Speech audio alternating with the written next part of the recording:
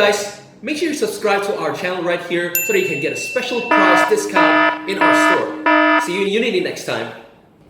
Hi, Eugene from Unity here, and we're going to unbox something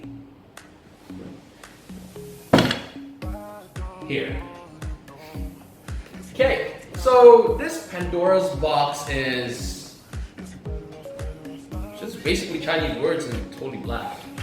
But inside, it's the deathscythe from Endless World Supernova. It's kind of weird now that they are doing this. Well, it's not really weird, it's because that they are trying to escape from the graphs of Bandai. So they're doing all this to avoid issues. Now, when we see inside the cardboard box, ooh, look at that. A whole lot of huge runners for the wings. That huge. Can probably cover my face with a mask. So let's check these out and see whether or not they have issues like fleshing, or do they have issues with their materials, or are some details a little bit rough or a little bit shallow, because third parties tend to have that issue instead of Bandai. So let's check it out and see.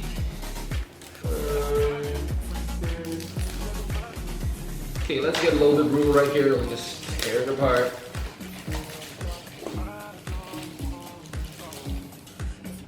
Alright, as we can see here, it's pretty much quite clean, but somehow, if you see it for yourself, it feels a little bit matte. A little bit matte right here. So when I scratch it, it's not exactly like that, with that squeaky noise when you scratch plastic, because I guess, yeah, it's a little bit matte.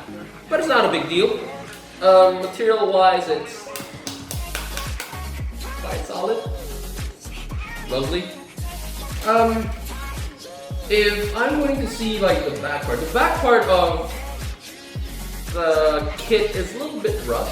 So I just hope that the next parts that I open won't have details on the back, because if I have details on the back and then it's rough, that's gonna be a huge issue. Okay, so again, the wing parts, I see no flashing here, I suppose. Let's open everything up. I will just go brutal.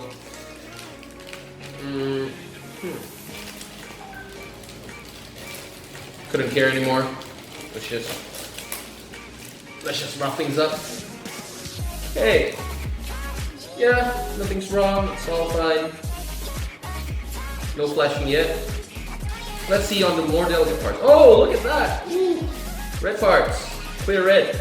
That's for the side, definitely. But holy crap, that's really sharp. That is really sharp. It's really not for kids. And I'm afraid that if I'm gonna cut and clean some parts, I might chip some part, because look at how sharp these parts are.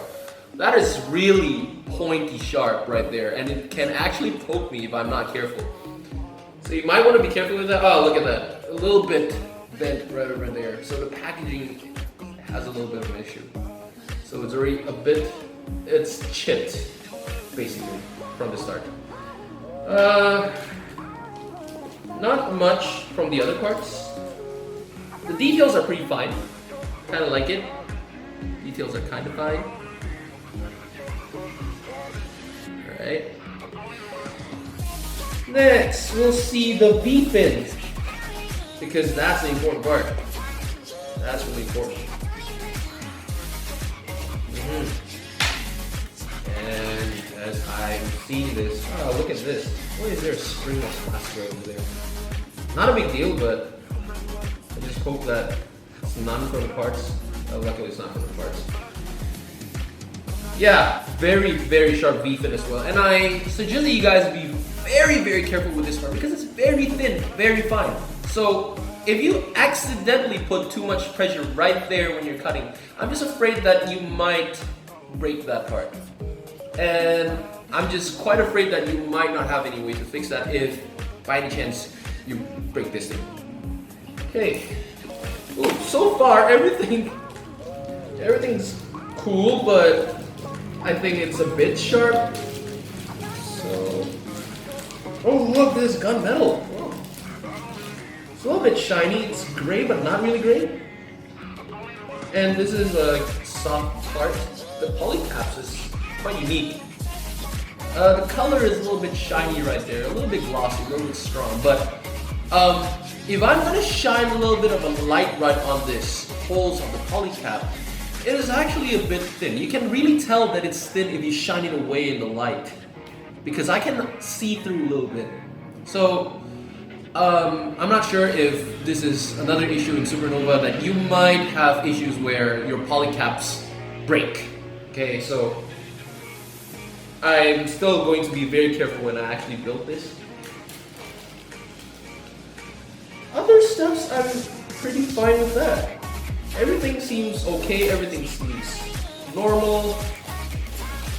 Details are crisp, they're very good. I don't say that they have, oh my, I really suck at opening plastics. I don't say that they have issues with details much like the older series of bootlegs or third parties. Yeah. I don't seem to see any molding issues. Like, mold lines are not really visible either. And I don't see fleshing so far yet. Only a string. Okay, I think everything else is fine. Even the white is really clean because, yeah, it's really clean. We don't see any like black marks or any miscolorings in the plastic. Because sometimes, you know, factories, they might actually give you stains. Because that happened once for me when I first bought Daban in the early years. So the white actually had stain, and it's a streak of stain. So I was really not happy about it. But all these, oh look at that! I just said about over flashing, and I see some, and it's quite bad. But we can definitely work it out. So look at that, man. Ooh. Oh, that extra plastic right over there. But it's okay if you use cutter, or maybe just pull it out a little bit, like, it's gonna come off. It's simple. It's not really big of a deal, but you just have to clean it up a little bit. Oh wow. Not a big deal. So I can clean it, so I can work with it. Another gunmetal part.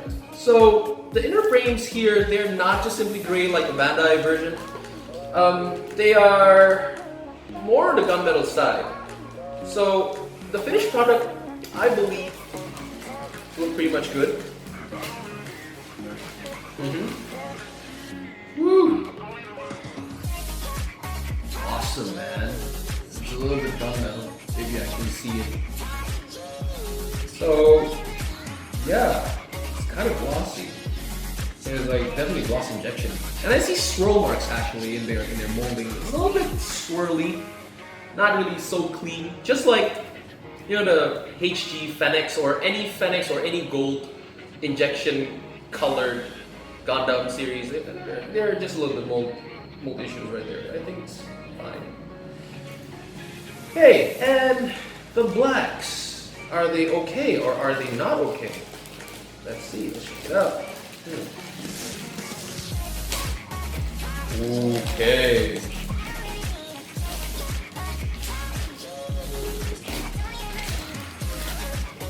Wow, okay. I like the details actually. The details are pretty fine and pretty good. Quite a lot of details on the shoulder parts, quite a lot of detail on the chest parts.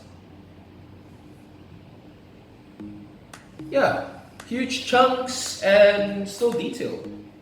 Pretty cool. Okay. Next, we're getting to the part where we see the weapon stats. Okay, let's open up a bit again. Woo. Okay, we get 2 staffs. As a matter of fact, I think because we're gonna have the green one and the red one all together. Okay. Oh, something came up.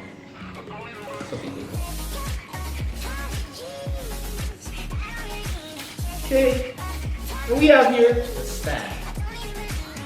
The stand is cool. Look at that. Right, so the stand is pretty much like the metal build standard, and The red here is reflective chrome. Let's open up and see. Okay. Woo! Look, even. Wow, that's surprising. That's really surprising. Look at that. It's beautiful. It's really reflective. It's glossy. Everything. It's really glossy. It's beautiful. Check it out, guys. Woo! Really nice to actually see this, but what I'm afraid of is when I touch this too much, I might leave so many fingerprints. So we'll just leave it right here. Precious little stuff. Okay, so right here I missed out the green. So this is the standard version, the standard looks, instead of like the devilish red color one. And you have here the red parts. The red parts are actually pretty fine. The colors are outstanding. It's fine. Ooh, look at this. We have whole page for the water slide decal, I believe. And then you get two choices for the stickers. Let's say if you want it to be in red color or you want it to be in yellow color, because it depends which part of the transparent parts you want to put inside. It's all up to you. But once you actually pick one of these, don't think about changing anymore, okay? And the manual. The manual has no illustrations whatsoever.